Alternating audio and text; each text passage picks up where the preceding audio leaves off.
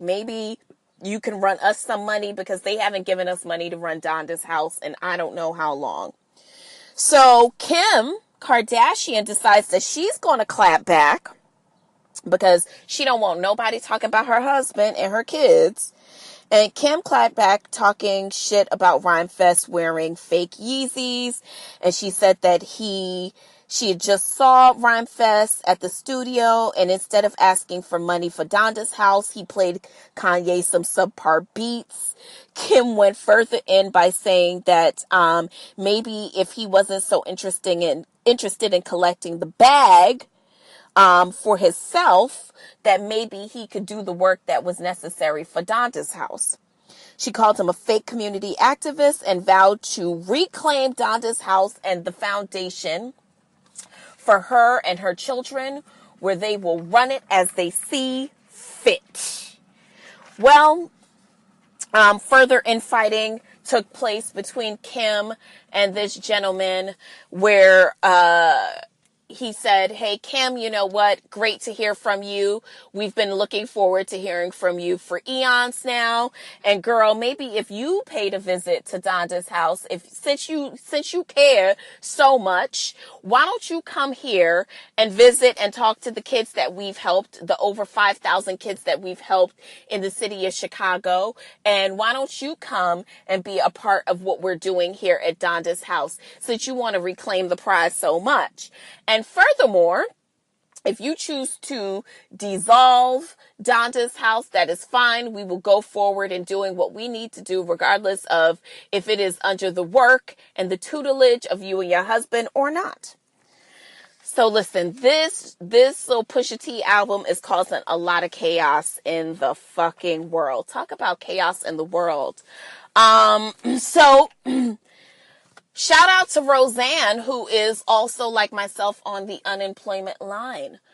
Roseanne, the show, which just returned to ABC to stellar reviews, and not just stellar reviews, but some unprecedented viewership, has been canceled. Oh, well, I don't know if I would say deservingly so. And we can go back and forth about this, because as far as I'm concerned, what she said about Valerie Jarrett was not only disgusting, but it was racist. Roseanne tweeted, she said, Muslim and something like Muslim and baboon have a baby equals VJ, Valerie Jarrett. And first of all, now, was it racist? Absolutely. Was it what I don't expect from Roseanne? No, I expect that kind of shit from Roseanne. Roseanne was racist when the show was on 20 years ago, 30 years ago. It's just that we did not have these platforms that we have now, where people are free to wield their opinions like swords, and then we actually press them for the consequence. We didn't have that. But I truly believe that she was probably just as racist then as she is now. Now, why do y'all think that it was okay for them to cancel her show? Because in my opinion, I'm going to be honest with you. I think that I actually wouldn't have canceled the show. If we get to go around and cancel everybody who has a racist or disgusting opinion about us, what is this world going to come to?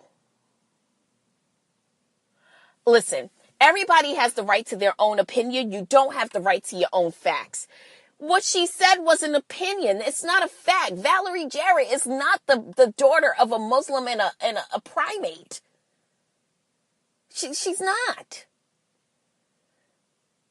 To me, I don't really necessarily know if they should have canceled Roseanne, because there's other people who are affected by that cancel. Now you've got a whole cast and crew who are out of jobs. And by the way, the fact that Roseanne now today is saying that Ambien is to blame for her racist tweets. You know, you guys, we are creating a world where people giving their opinion or telling the truth as they know it is leading to more lies.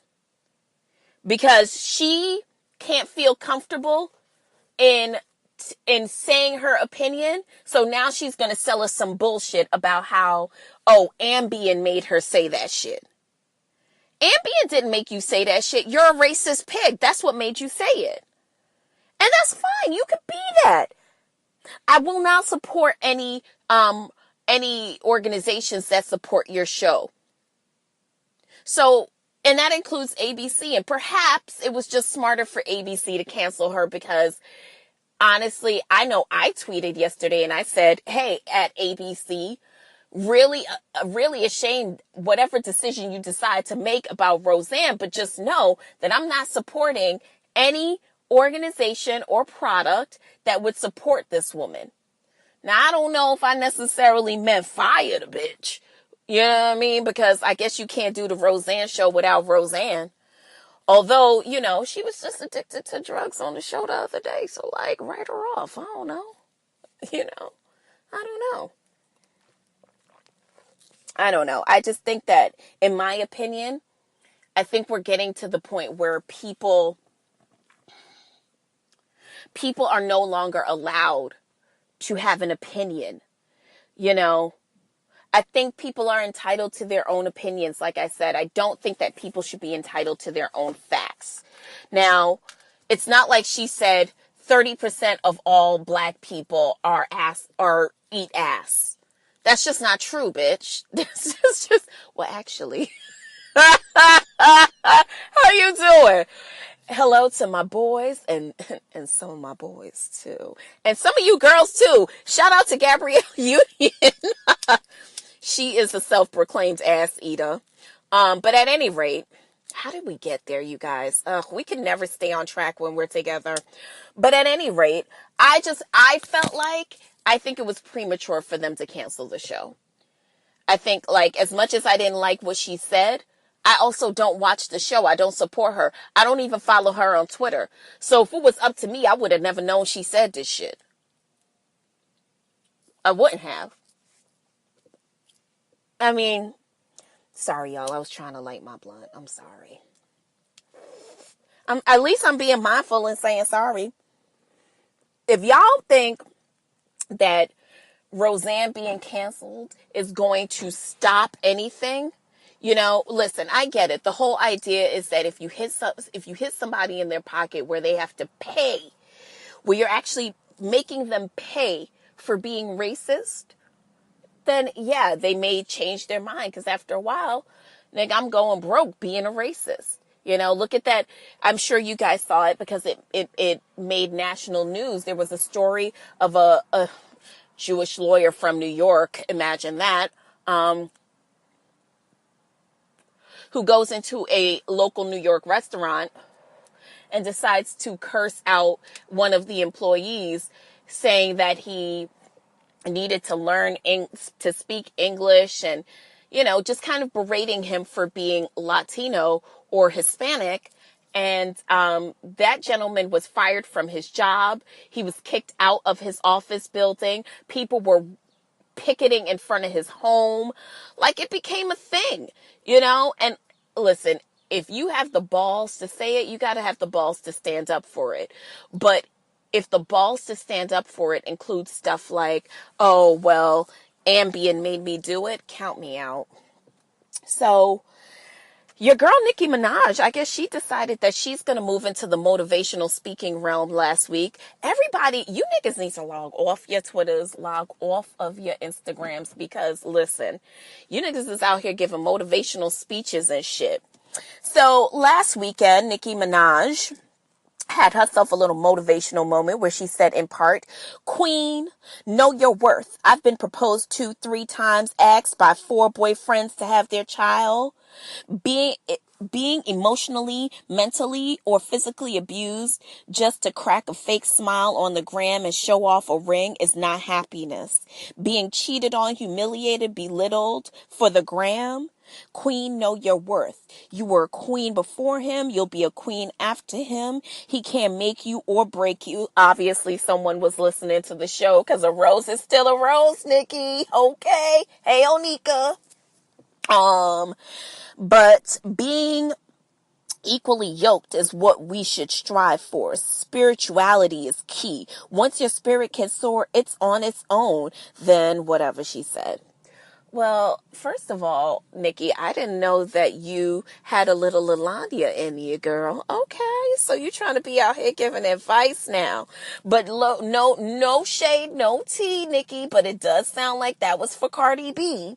And obviously, I wasn't the only one who thought so, because Mr. Offset, first name off, last name Set, he felt compelled to release his own iOS social media press release.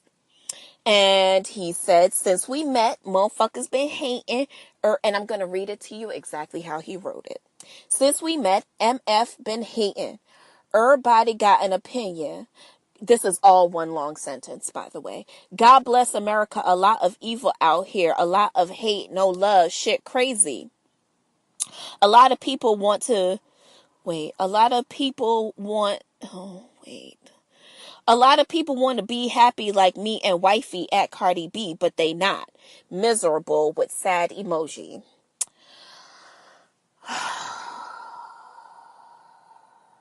Do you guys believe that Cardi B is happy? I mean, I guess it just depends on what you value. You know what I mean? She's pregnant. She looks amazing. She's got a successful career. She's got the ubiquitous, Hollywood relationship with, Dos. I guess he would be the second amigo in the Amigos. And you know what? Good for her. Good for her. There's definitely been some levels of infidelity that have come out about them. And, you never know. They have their own relationship. So perhaps to one person, which, could look from the outside like, oh, girl, you're taking all of this stuff and just to be able to show off for the gram. Maybe Cardi B has an understanding of what her relationship is, and it isn't a big deal for her. You never really know. I think what I'm learning is that your relationship is just that, possessive on yours. It belongs to you. If you allow the opinions and the conjecture and the hype of other people to decide what kind of relationship you're having or will have or want to have, your relationship will be doomed. Now, if you want to have a polyamorous relationship where you have a bunch of people and everybody gives their opinions and it's all great, have that. But if it's just you, if you are a couple, then you're going to have to operate like a couple. People are entitled to their opinions about your relationship, but they're not entitled to their own facts. That would be you and the person that you're with. So even though Nicki felt like she was having a motivational moment and she was, giving Cardi, a little ooh, like, oh girl, you ain't got to take that shit. I mean, maybe it's what works for her. I don't know. Speaking of messy boots, let's just talk about what's happening on the set of Insecure. Huh. Oh, have you not heard? Okay. Sit down. Let me write the vision and make it plain for you. Okay. So, everybody knows the actor who plays Dro, right? Dro was Molly's friend that lived across the street, that's married, that has an open relationship with his wife, and so him and Molly have been doing it. Okay. Dro, whose real name is Suranis Jackson, is actually just had a baby with Dominique Perry. Who is Dominique Perry, you ask? Lawrence's bank bitch, Eggs, his rebound girl, Tasha. Yes. So yes, Dro and Tasha have a baby together. Right. What? Dro and Tasha. Exactly. So Eggs and Dro have a baby together. Now, the only problem with that, congratulations to them. However, the only problem with that is that in real life, Suranis's girlfriend learned about this baby the same time we did on Instagram.